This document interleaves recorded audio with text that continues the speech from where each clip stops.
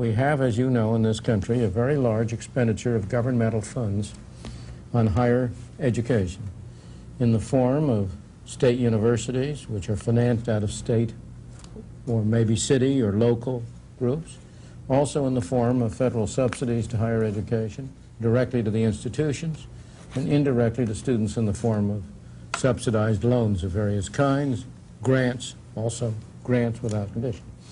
And the question I want to raise is whether those higher education expenditures are a justifiable activity of government and what their consequences are, whether they really are a desirable element of a welfare state.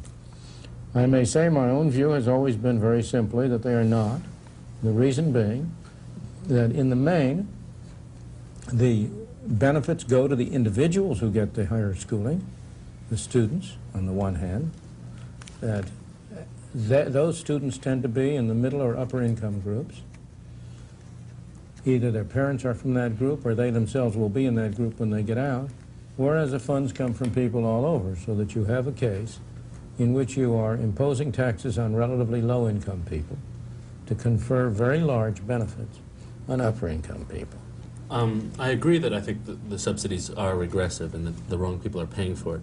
On the other hand, I think there are some sectors of the world which economics should stay out of and which private interests should stay out of. And I think education is one. I think as soon as you start offering people economic incentives to get educated or to use the education that they get for economic means, in other words, once you put a price tag on knowledge, I think you're going to be What are you talking about? You mean to say that the graduates of colleges and universities don't use their capacities in the direction which is influenced by the incomes they can earn? Not completely, no. Oh, but neither do the people who don't go to college.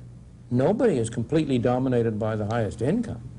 So in what respect, in what way do you think that governmental financing of higher education in any way changes the incentives to which the individuals who get the education react? Well, it's hard to talk about this without having the possibilities before us. Let me tell you, one possibility I've heard is that people would, in effect, invest in me. If I went to college, somebody would say, he's probably going to do well, so we'll pay him to go to college, and then as he makes money, he'll pay us back. And it's a good investment. That gives, first of all, they're going to judge people, not on how well they get educated, but how well they're going to do after college. So right there, I think that's a subversion of the educational process. Let's stop for a moment. Okay. You think that the grantors of government higher education are judging the expenditure of that education by how good the education is? How do you explain the fact that the most eminent universities, disproportionately contributing to the Nobel laureates or other marks, are the non-governmental as opposed to the governmental institutions? Well, I mean, I think private institutions are, in general, better, though certainly there are very good state institutions. Well, I feel that there's a basic assumption that has to be challenged, and that's that the students by themselves benefit.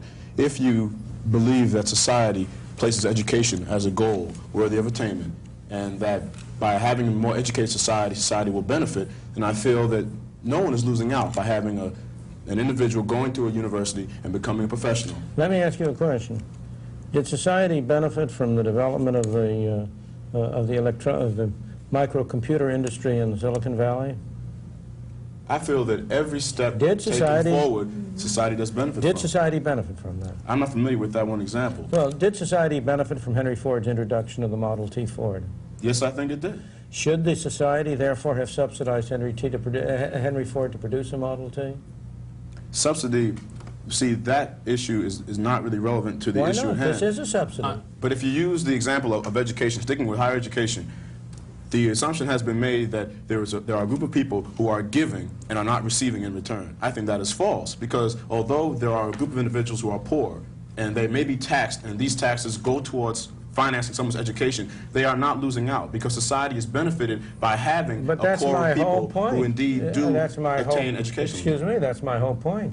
Society was benefited by Henry Ford's producing it. The poor people you're talking about benefited by Henry Ford's doing it. And yet you do not believe that government should have used compulsory taxation to generate that benefit. Where's the difference? if it had to get the Henry Ford's achievements, if it had to get to In those federally fund that, states, then I think, yeah, sure, it well, should let's have. go back and let's look at the evidence. Okay. If you look at collectivist states like Russia, China, they are states which use the same means for getting the Henry Fords that they use to finance higher education. And what kind of Henry Fords do they get? But I want to stick to this component of the welfare state, higher education. How do you justify using tax funds? Do you suppose, let's suppose you did not have any tax funds. Would there be institutions of higher education? Yes, there would be, but you would have a different brand of people going there. How do you know? The ones who would benefit would be those who are wealthy and can afford it. As it stands now, in America, you which is sure the of greatest that? thing about America, in my mind, you can go to a college and go to an institution of higher learning without having to worry about finances because there are means available. You there are for a you. very young man, Gary.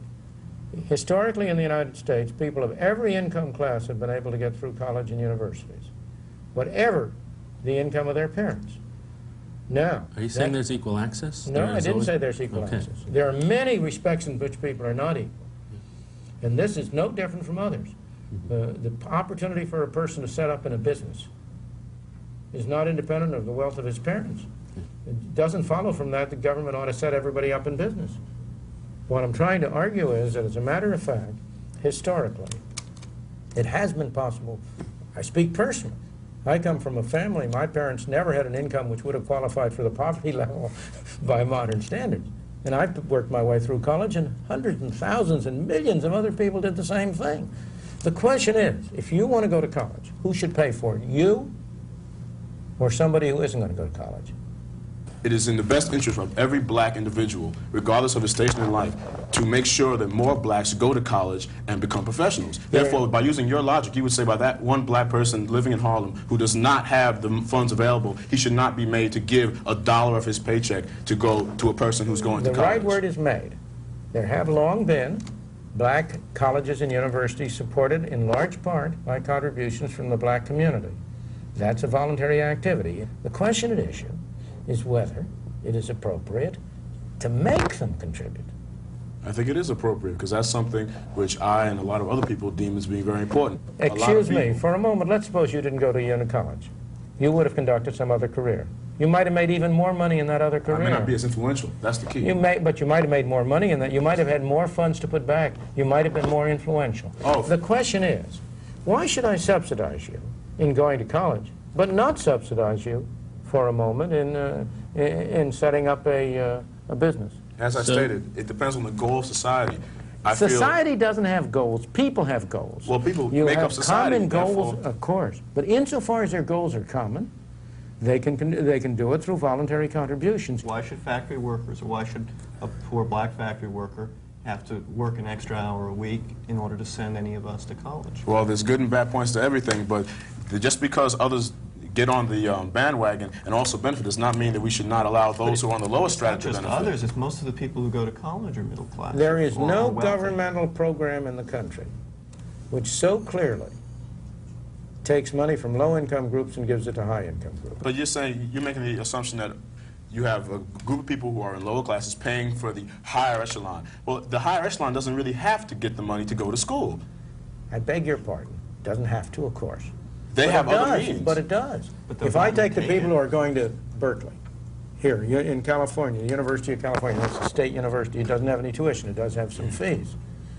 If you look at the average income of the parents of the people who are going there, this was done some time ago in all the state universities in California, 50% of the students came from the upper 25% of the income class, and 5% of the students came from the bottom 25% of the Well, if that's the current state of affairs, then that is not fair. But that does not mean we should scrap the whole institution of government subsidizing Well, education. you tell me how you would arrange the subsidies. Well, I don't have any easy answers, but I still wouldn't say scrap the whole system. And I think that's where we differ. Yeah, on it the seems It so to me- happens that the oldest form of government subsidization of education was for higher education. And it is inherent in higher education that it will, in fact, be regressive. But now, look, here you are defending, two of you at least, defending these the welfare state payments to students going to institutions of higher education. Do you feel the same way about welfare for business? I think if we can't get a great car through private industry, and it's, if getting a good car is a good in itself, which it is, then we should federally fund it. Yeah. And how are you going to, who is going to decide, and how are you going to decide whether government is more effective in doing that than private in the market itself? It's not a question of who's more effective. I think I would agree that, especially in getting a good car, the private is always more effective. But we're taking a hypothetical case where the private market won't do it. Well, let's not take hypothetical cases. Okay. Let's take real cases, for example. Here's the Chrysler Corporation. Right. The government, in effect, bailed it out by guaranteeing it a loan. Should the government have guaranteed that loan? And not on principle. I really can't defend it on principle. But the fact is that a tremendous amount of our population is reliant on the auto industry and on Chrysler in particular. What would have happened if Chrysler had gone bankrupt? I don't know. Would have continued to operate. But it would have operated under a receiver. The people who would have been hurt would have been the people who owned Chrysler shares or who had loaned money to Chrysler. In fact, the odds are that the properties would have been taken over by more efficient automobile producers, and for all I know, you would have had more jobs for all. Now, the question is, that's why I say this is welfare. The Chrysler loan is a form of welfare to the people who own stock and bonds, just as government subsidies to higher education is a form of welfare for the students who are in higher education. Nobody would argue that what we did to Chrysler we should do for every folding firm. But I think government does have an opportunity to provide security. It's not fair to a Chrysler employee that he gets laid off and he gets impoverished because Lee Iacocca or somebody on the top of Chrysler made a mistake. So the government has the opportunity to offer him some security. And that's basically what we go to government for security. But the government does provide a lot of that security by providing unemployment insurance, by providing all sorts of assistance for people who are put out of work. So the only question at stake here is whether he is in addition entitled to a job which brings in much more pay than the average American makes, producing products which nobody wants for the benefit of a multi-billion dollar corporation. Again, you're switching it to industries that won't bounce back. In this case, we had an optimum use of security. He became secure, and at the same time, he got to work and contribute. I don't see how we can know that it was optimum because we don't know what would have happened with that plant if it had been broken up and divided under new management. It might be that other people in Lee Iacocca could have managed that plant much more effectively. And maybe the workers who would have been working for that management would be better off today than if they had stayed, you know, under Iacocca's management. In any event, I just don't see why the government should be supporting Lee Iacocca any more than it should be supporting, you know, middle-class college students.